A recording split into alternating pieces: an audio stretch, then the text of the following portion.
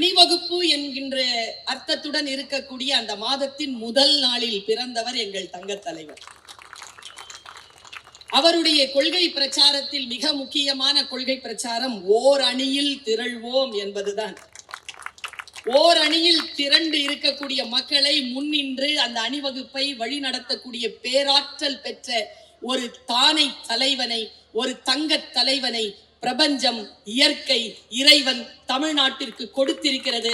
அதை பாதுகாப்பதும் அடுத்த கட்டத்தில் நம்முடைய தலைமுறைக்காக பாதுகாத்து கடத்துவதும் நம்முடைய பொறுப்பு என்று உணர்ந்த காரணத்தினால் நான் இங்கே வந்து அன்னாருக்கு வாழ்த்து சொல்லிக் கொண்டிருக்கிறேன். எனக்கு சமீப காலமாக அவருடைய ஒரு படம் மிகவும் மனதிற்கு நெருக்கமாக இருக்கிறது. ஏனென்றால் நாங்கள் எல்லோரும் பெண்கள். இதோ பெண்கள் தினம் கடந்து போயிருக்கிறது. நான் எப்பொழுதும் இந்த வார்த்தையை சொல்லுவேன்.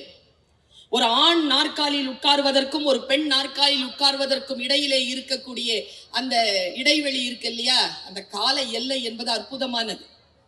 ஒரு ஆண் ஒரு நாற்காலியில் உட்கார வேண்டும் என்றால் 30-40 ஆண்டுகள் உழைத்தால் அந்த நாற்காலி அவனுக்கு கிடைக்கும். ஆனால் பெண்கள் உட்கார வேண்டும் என்றால் 1000 ஆண்டுகள் போராட்டம் இருக்கிறது என்பதனை உணர்ந்த நிலையில் நான் இந்த தலைவரை பார்க்கிறேன். இந்த நமக்கு கிடைத்த இந்த தலைவர், ஒரு படம் இருக்கிறது. அந்த படம் கையை இப்படி உயர்த்தி இருக்கிறது. கீழே ஒரு வாசகம் போட்டிருக்கிறார்கள். நான் என் அலுவலகம் போகின்ற வழியில் எல்லாம் அந்த படத்தை பார்த்து ஒரு வினாடி நின்று அந்த வாசகத்தை படித்து விட்டு போவேன். அந்த கீழே ஒரு வாசகம் எழுதியிருக்கும், தமிழ்நாட்டை தலை குனிய விடமாட்டேன். இது எவ்வளவு உயர்ந்த ஒரு சொல் என்பதனை உள்ளார சுயமரியாதை என்கின்றதை உணர்ந்த நான் இதை மிக நுட்பமாக பார்க்கிறேன். யார் வந்து நின்றாலும் உங்களுக்கு முன்னால் என் தாய் தமிழகத்தின் மக்கள், என் தமிழ்நாட்டின் மக்கள் தலைகுனிய மாட்டார்கள். அவர்களை ஒருபோதும் தலைகுனிய விடமாட்டேன் என்று சொல்லி நமக்காக முன்னால் நின்று கொண்டு நம்மை பாதுகாக்கக்கூடிய காவல் சாமி, அந்த காவல் தெய்வத்திற்கான பிறந்த நாள் வாழ்த்து. ஒருபோதும் தமிழ்நாடு தலை குனியாது, வெல்வோம், அணி திரள்வோம் என்று சொன்ன அந்த வார்த்தையை கேட்டு நாம் அணி திரள்ந்தால் நாம் மட்டுமல்ல, எனக்கு முன்னால் அண்ணன் நாசர் அவர்கள் பேசியது போல இது இயற்கை நமக்கு தந்திருக்கக்கூடிய வாய்ப்பு. இவர்கள் ஆள வேண்டும் என்பது நமக்கு இயற்கை கொடுத்திருக்கக்கூடிய வாய்ப்பு. இந்த வாய்ப்பை நாம் சென்ற முறை பயன்படுத்தி கொண்டோம். இந்த முறை நான் இப்படி சொல்றேன், நான் கட்சி சார்ந்தே பேசுகின்றவர்கள் இல்லை என்பது உங்கள் அத்துணை பேருக்கு தெரியும். நான் அரசு நிலையில் நின்று பார்க்கிறேன். கொரோனா முடிந்தவுடன் அரசாட்சி வருகிறது. அரசு ஆட்சியை ஏற்ற அந்த வினாடியில் தமிழகமே சீர்குலைந்து இருக்கின்ற நிலையில் அதை தூக்கி நிறுத்தியதோடு அல்லாமல் இந்தியாவின் தலைமை மாநிலமாக இந்த மாநிலத்தை உயர்த்தி இருக்கிறார் நம் தங்க தலைவர் அவர்கள். நான் இப்படி யோசிக்கிறேன், யார் யாருக்கெல்லாம் நன்மை நடந்திருக்கு. இது ஒரு நன்றி அறிவிப்பு நாள்தான். பெண்கள், இளைஞர்கள், முதியவர்கள், குழந்தைகள் என அனைத்து மக்களுக்கும் நன்மையும் ஏற்றமும் தந்திருக்கும் முதலமைச்சர் அவருக்கு பிறந்த நாள் வாழ்த்து. என்னென்ன திட்டம்? புதுமை பெண்கள் திட்டம், கல்வி சிறந்த தமிழ்நாடு திட்டம், மாபெரும் தமிழ் கனவு திட்டம், காலை உணவு திட்டம், இலவச பேருந்து பயணம், கனவு இல்லம், மகளிர் சலுகை தொகை அல்ல, மகளிர் உரிமை தொகை. இந்த சொற்கள் எல்லாம் நம்ம பார்க்கணும். இன்னைக்கு எனக்கு ரொம்ப மகிழ்ச்சி. ஏன் தெரியுமா? எப்போ நாங்க நிகழ்ச்சிக்கு வந்தாலும் அரங்கம் நிறைந்திருக்கும். அது எங்களுடைய அண்ணன் சேகர்பாபு அவர்கள் மீது கொண்ட மாறாத பற்றினாலும், அவர் கீழே அணி திரண்டு இருக்கக்கூடிய தொண்டர்களினுடைய முயற்சியினாலும் நிச்சயமாக அரங்கம் நிறைந்திருக்கும். அதில் ஒரு சதம் கூட சந்தேகம் கிடையாது. ஆனால் இந்த கூட்டத்தை பார்க்கிறேன், இந்த கூட்டத்தில் இளைஞர்கள் திரண்டு இருக்கிறார்கள். அது மிக முக்கியமான நகர்வாக நான் பார்க்கிறேன். இளைஞர்கள், நீங்கள் வந்திருக்கிறீர்கள், உங்களுக்கு சொல்லுவதற்கு சில விஷயங்கள் உண்டு. தமிழ் வளர்ச்சி துறை என்ற ஒரு துறை உண்டு. அந்த துறையில் அனைவருக்கும் வேலை வாய்ப்பு என்கின்ற நிலையில் வருகின்ற பொழுது, சமீபத்தில் ஓராண்டுக்கு முன்னால் நம்முடைய தமிழ்நாடு முதலமைச்சர் அவர்கள் ஒரு கேள்வியை எழுப்புகிறார். இந்த துறையில் தமிழ் படித்தவர்கள் எத்தனை பேர் இருக்கிறார்கள் என்று கேட்கிறார். உடனடியாக அடுத்ததாக வரக்கூடிய பணி நியமனங்களை என்ன செய்து கொள்ளலாம் என்ற பொழுது அவர் சொல்கிறார், அரசு, தமிழ்நாடு அரசு பணியாளர் தேர்வாணையம் மூலமாக தமிழை முறைப்படியாக படித்தவர்களுக்கு தேர்வு நடத்தி அந்த தேர்விலே வெற்றி பெற்றவர்களை துணை இயக்குனராக 13 பேரை நிறுவி இந்த தமிழ்நாடு அரசு மிகப்பெரிய சாதனை படைத்திருக்கிறது என்பதனை அந்த தமிழ் படித்த என்னால் மிக நுட்பமாக புரிந்து கொள்ள முடியும். அந்த தலைவருக்கு என்னுடைய நன்றி. அடிப்படையில பெண் தானே, என்ன இருந்தாலும் பெண்களுக்கான ஏற்றம் தானே. பெண்களுக்கு இவர் என்ன செஞ்சிருக்காருன்னு யோசிச்சு பார்க்கும் பொழுது, ஏங்க 33% கொடுக்கறதுக்கே முக்கி போன இந்த நாட்டுல உள்ளாட்சி தேர்தல்னு வரும் பொழுது 50% பெண்களுக்கு என்று இடஒதுக்கீடு தந்து 50%க்கு வச்சாங்கய்யா. நான் என்ன யோசிக்கிறேன்னா, இடஒதுக்கீடுல நின்னு பெண்கள் வந்துட்டோம், பொதுவிலேயே நின்னோம், 200 சீட்டியா அப்படி தராசில நிக்குது, 101 பெண்கள் 99 ஆண்கள்னு நின்னுச்சு பாருங்க.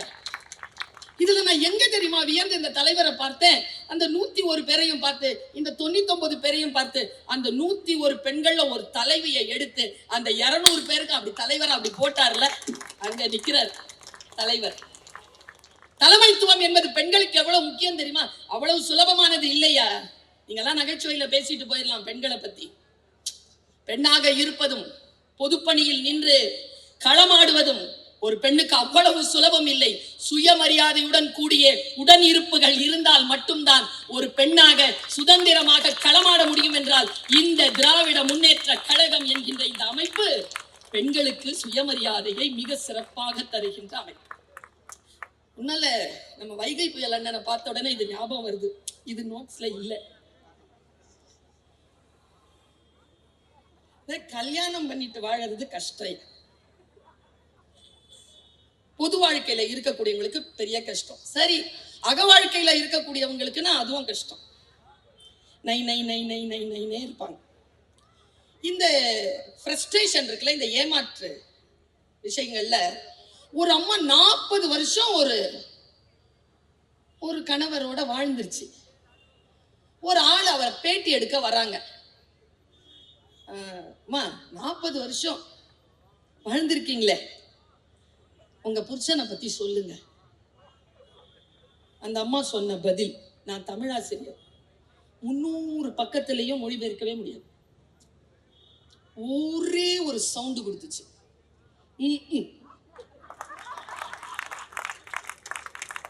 இவ்வளவுதாங்க. எவ்வளவு தொல்லை தெரியுமா அந்த சொல்லுக்கு பின்னால. இது இப்படி இருக்குதா? இப்போ ஐயாவுடைய ஆட்சிக்கு பிறகு இப்போ ஒரு அம்மா அவங்க கிட்ட கேக்குறாங்க, என்ன இவ்வளவு சந்தோஷமா இருக்கிறீங்க? சந்தோஷமா இருக்கிறீங்க? ஆமா சந்தோஷமா இருக்கிறேன். உங்களுக்கு கல்யாணம் ஆயிடுச்சா? ஆயிடுச்சு. கல்யாணம் ஆனதுக்கு அப்புறம் இவ்வளவு சந்தோஷமா இருக்கிறீங்க? ஆமா. அப்ப உங்க வீட்டுக்காருக்கு நன்றி சொல்லுங்க. அந்த அம்மா சொல்லிச்சு, சொல்ல மாட்டேன். ஏன்? நான் சந்தோஷமா இருக்கிறதுக்கும் அவருக்கும் தொடர்பு இல்லை. ஏன் அப்படி சொல்றீங்க? ஆமா, அவருக்கு முன்னாலேயே நான் சந்தோஷமா இருந்தேன், அவரை கட்டணும் போது சந்தோஷமா இருக்கிறேன், அதுக்கு அப்புறமாவும் நான் சந்தோஷமா இருப்பேன், எப்பவும் நான் சந்தோஷமாக இருப்பேன். என் சந்தோஷம் என்பது என் முடிவு, என் சந்தோஷத்தை வேறு யார் கையிலும் நான் கொடுப்பது இல்லை என்கின்ற சுயமரியாதையை பெண்களுக்கு கற்றுக் கொடுப்பது அவ்வளவு சுலபம் இல்லை. பெண்கள் மகிழ்ச்சியாக இருக்கணும்னு ஒன்னே ஒண்ணுதான் ஐயா செஞ்சிருக்கக்கூடிய வேலை எவ்வளவு பெருசு தெரியுமா? எல்லாருக்கும் வீடு கொடுத்தாங்கல்ல, ஹவுசிங் போர்டு. ஐயா ஒரு வேலையை பொண்ணார், கையெழுத்து போட்டார், வீட்டுல இருக்கிற பொம்பளை பேர்ல ரெஜிஸ்டர் பண்ணி. ஏன் தெரியுமா? இப்படி சொல்லிடுறீங்களா வீட்டை விட்டு வெளில போகணும், இப்ப சொல்லுங்களா பாப்போம், வீட்டை விட்டு வெளில போகணும். நாங்க போக முடியாது, ஏன்னா அது எங்க வீடு. திருமணம் செய்து கொண்டு வந்தாலும் அது என் வீடு என்று சொல்லக்கூடிய சுயமரியாதையை பெண்களுக்கு தந்தார்கள் என்றால் காலம் காலமாக பெண்கள் அடிபட்டு கொண்டிருப்பதற்கான ஆறுதலாகவும் மருத்துவமாகவும் இந்த ஆட்சி விளங்குகிறது என்பதை தவிர வேறு என்ன சொல்லிவிட முடியும்? இளைஞர்களே, நான் உங்களுக்கு ஒரு விஷயம் சொல்லுகிறேன். வாழ்க்கை என்பது அவ்வளவு ஒன்றும் வசதியானதல்ல, சவால்கள் நிறைந்ததுதான். அண்ணன் நாசர் அவர்கள் சொன்னார்கள், வெறும் சினிமால நடிக்கிறதுனால தலைமை ஏற்க முடியாதப்பா, உனக்கு பின்னால் ஒரு வரலாறு இருக்க வேண்டும், அந்த வரலாற்றில் நீ களம் இறங்கி களமாடி இருக்க வேண்டும் இந்த மக்களுக்காக சிந்தித்து இருக்க வேண்டும், உனக்காக கொள்கைகள் இருக்க வேண்டும், எங்கள் நலனுக்காக திட்டங்கள் நீ வைத்திருக்க வேண்டும். அப்படி இருந்தால் தானே ஒருவன் தலைவனாக இருக்க முடியும். நான் சொல்லுகிறேன் பிள்ளைகளே, 2 மரங்களை போல் இருங்கள். ஏன் தெரியுமா? என்னை எல்லாரும் சொல்லுவாங்க, நான் என்னதான் இருந்தாலும் நான் சுயமரியாதைக்காரி, அவ்வளவுதான் என் அடையாளம். இந்த உடம்புல ஓடுற ரத்தம் திராவிட ரத்தம், இதுதான் சத்தியம். இந்த திராவிட ரத்தத்தின் சூட்டோடு நான் சொல்லுகிறேன், 2 மரங்களை போல் இருங்கள். ஒன்று சந்தன மரம். சந்தன மரம்ன்றது ஏன் தெரியுமா நான் சொல்றேன்? முக்கியமா இளைஞர்களுக்கு சொல்றேன், கவனம். ஏன் தெரியுமா? நம்ம வாழ்க்கையை மாத்தி போடுற சொல் யார் வாயிலிருந்து வரும்னு தெரியாது. எவ்வளவோ காத்திருப்போம். பிரபஞ்சம் உங்கள் மீது அக்கறை கொண்டிருக்கிறது என்றால் யாருடைய உதடிலாவது ஒரு வார்த்தையை போடுகிறது. அந்த வார்த்தை உங்களை வந்து சேர்ந்தால் நீங்கள் தப்பித்துக் கொள்வீர்கள். இல்லை என்றால் கவனச்சிதறல் இருந்தால் மீண்டும் அந்த சொல் உங்களை வந்து சேர்வதற்கு 40-50 ஆண்டுகள் ஆகிவிடும். கவனத்தோடு இந்த வார்த்தையை கேட்டுக்கொள்ளுங்கள். சந்தன மரம் போல் இருங்கள். ஏன் சந்தன மரம் என்று சொல்லுகிறேன் என்றால், சந்தன மரம் என்றால் உயர்ந்தது. அது சாமிக்கு படைக்கப்படுவது. அந்த சந்தனம் திருமண வைபவங்களில் பயன்படுத்தப்படுவது உயர்வானது. ஆனால் ஒரு உண்மை தெரியுமா? சந்தன மரம்னா பாம்பு சுத்தி இருக்கும், பாம்பு சுத்தும். இப்போ சொல்றேன், எங்கே நன்மை இருந்தாலும் அந்த நன்மையை நோக்கி தீமை வரும். இந்த ஆட்சியும் இந்த திராவிட மாடல் அரசும் இந்த திராவிட கொள்கையும் நமக்கு என்ன சொல்லி தருகிறது தெரியுமா? நீ சந்தன மரம் போல் இரு. ஏன் தெரியுமா? உன்னை நாடி விஷப்பாம்புகள் வரும், வந்தாலும் சந்தன மரம் போல் உயர்ந்து நில். ஏனென்றால் தன்னை நோக்கி வந்து தன்னை சுற்றி கொள்ளும் அந்த விஷப்பாம்புகளின் விஷத்தினால் சந்தன மரம் பாதிப்படைவதே இல்லை. சந்தன மரம் பாதிப்படையாது. நீ 1000 சொல்லு, நீ திரைப்படத்துல நடி, நான் ரசிக்கிறேன், கை தட்டுறேன், வேணும்னா விசில் கூட அடிச்சுட்டு போறேன், அவளத்தோட தான் அங்க.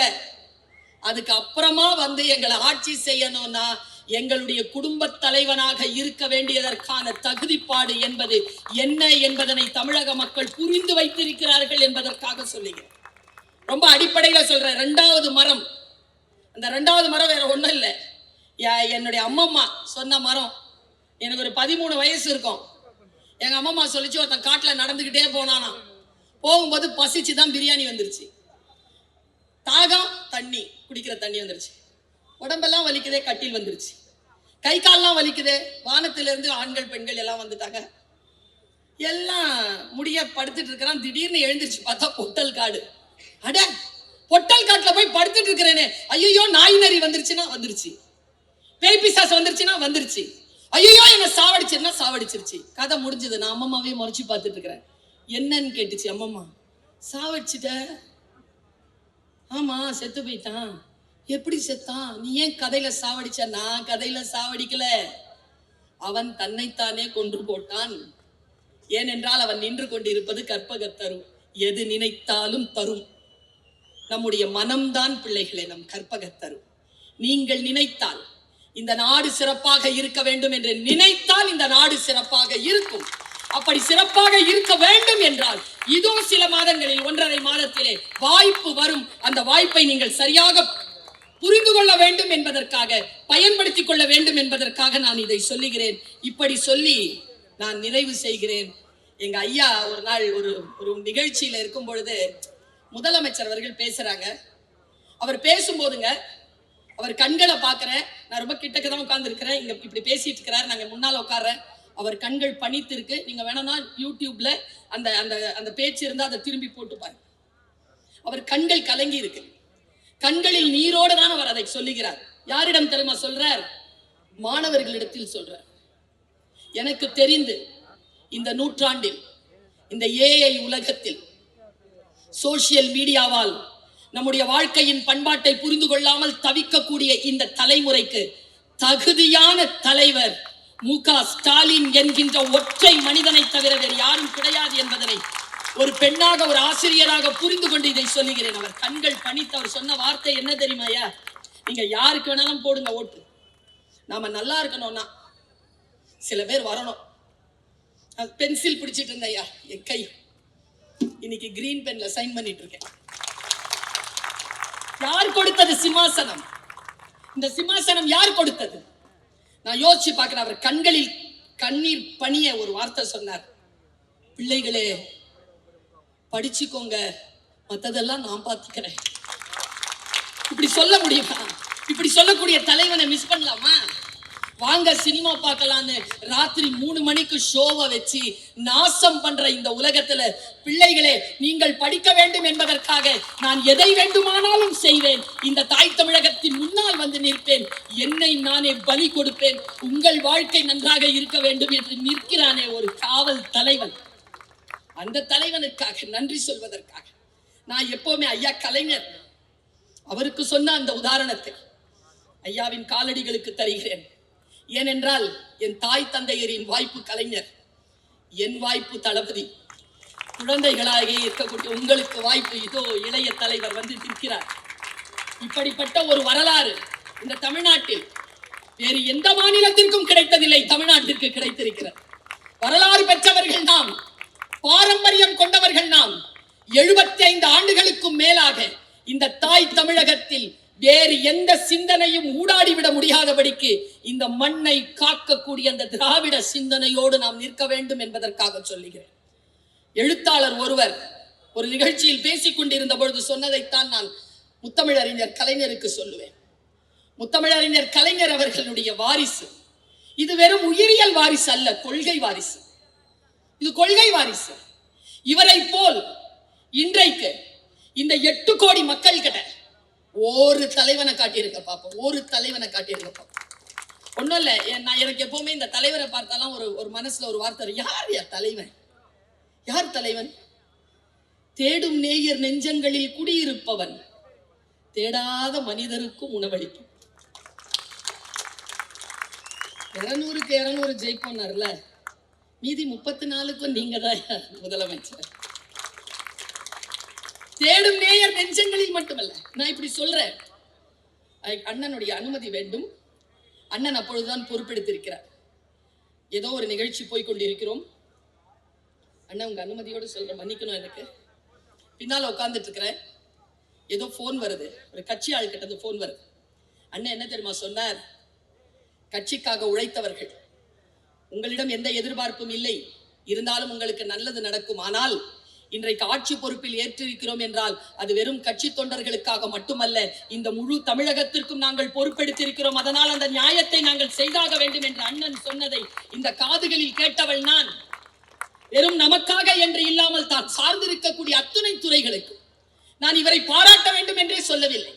அவருக்கு முன்னும் சரி, அவருக்கு பின்னும் சரி, இந்து அறநிலைய துறைக்கு இப்படியான ஒரு அமைச்சர் கிடைக்க வாய்ப்பே கிடையாது என்கின்ற நிலையில் கல்வி நிலையங்களை வைத்து அதன் பொருளாதாரத்தை உயர்த்தி கும்பாபிஷேகங்களை நடத்தி இந்த தமிழ்நாடு என்பது திராவிட மண், அதே நேரத்தில் ஆன்மீகம் சார்ந்த மண். இந்த ஆன்மீகத்திற்கு என்று எங்கள் திராவிட சிந்தனை துணை நிற்கும் என்று சொல்லி தூக்கி நிறுத்தி பணி செய்யக்கூடிய அமைச்சர் கொண்ட ஒரு அரசு திராவிட முன்னேற்ற கழகத்தின் அரசு. இவர்கள் எல்லாம் இருக்கிறார்கள் என்பதற்காக ஐயாவுக்கு சொன்ன அந்த வார்த்தையை அண்ணனுக்கு சொல்கிறேன் நான். பெரிய கடல், பெரிய மீன் ஒண்ணு வந்துகிட்டு இருக்கு. சிறிய மீன் ஒண்ணு அது முன்னால வந்துருச்சு. பெரிய மீன் வாய் திறக்குது. பசியோடு வேட்டை கலைந்து கொண்டு இருக்கக்கூடிய அந்த பெரிய மீன்,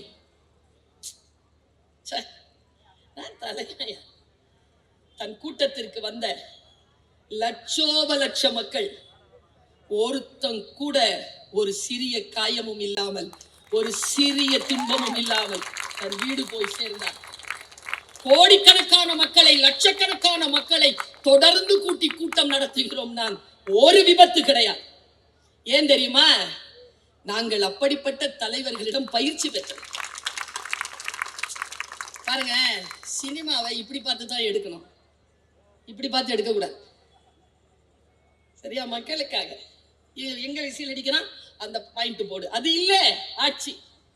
மக்களுக்காக, மக்களுடைய நன்மைக்காக. இந்த பெரிய மீன் ஒண்ணு வேட்டைக்கு கிளம்புச்சான். அலைஞ்சுக்கிட்டே இருக்கு அந்த மீன். ஒரு குட்டி மீன் முன்னால வந்துருச்சு. அந்த குட்டி மீன் துடிக்குது, இது வாயில போக கூடாதுன்னு. அது துரத்துது. சின்ன மீன் போய் ஒரு பாறையில மோதி அப்படி நிக்குது. பெரிய மீன் வாய் திறந்து முன்னால போய் இப்படி நின்ன உடனே குட்டி மீன் சொல்லிச்சான், கொஞ்சம் ஒரு நிமிஷம் இரு, பேசிக்கலாம், 1 minute ப்ளீஸ். இப்போ அப்பா அடிச்சாருன்னா பையன் கேட்பான் தெரியுமா, அப்பா அடிச்சா, அப்பா அடிச்சா, பையன் அப்பா ஒரு நிமிஷம் இருப்பா, ஒரு நிமிஷம் நான் சொல்றேன் கேட்டுக்கேன், அடிக்க அப்படி சொல்லல. யார் சமாதான கொடி உயர்த்துகிறார்கள்? அடி வாங்குகின்றவர்கள் தானே. அடிக்கின்றவர்கள் என்றைக்கு சமாதான கொடி உயர்த்துகிறார்?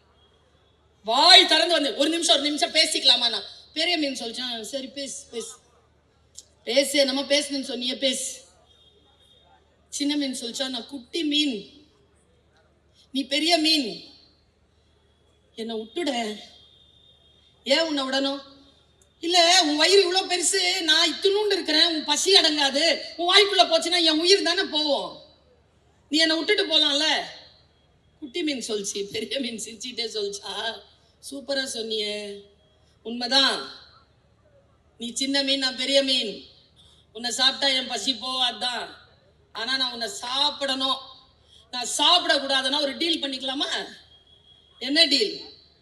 இந்தா என்ன சாப்பிடு, என்ன கொன்னுடு, என்ன சாப்பிடலன்னு வச்சுக்க உன்னை சாவடிச்சிருவேன்னு சொல்லிட்டு மிரட்டுற அந்த பெரிய மீனை பார்த்து தன் உயிரையும் கொடுக்க முடியாமல், அந்த பெரிய மீனை சாப்பிடவும் முடியாமல் கையறு நிலையில் தவித்துக் கொண்டிருக்கக்கூடிய அந்த சின்ன மீனுக்காக எவன் ஒருவன் குரல் கொடுக்கிறானோ அவன் தான் தலைவன்.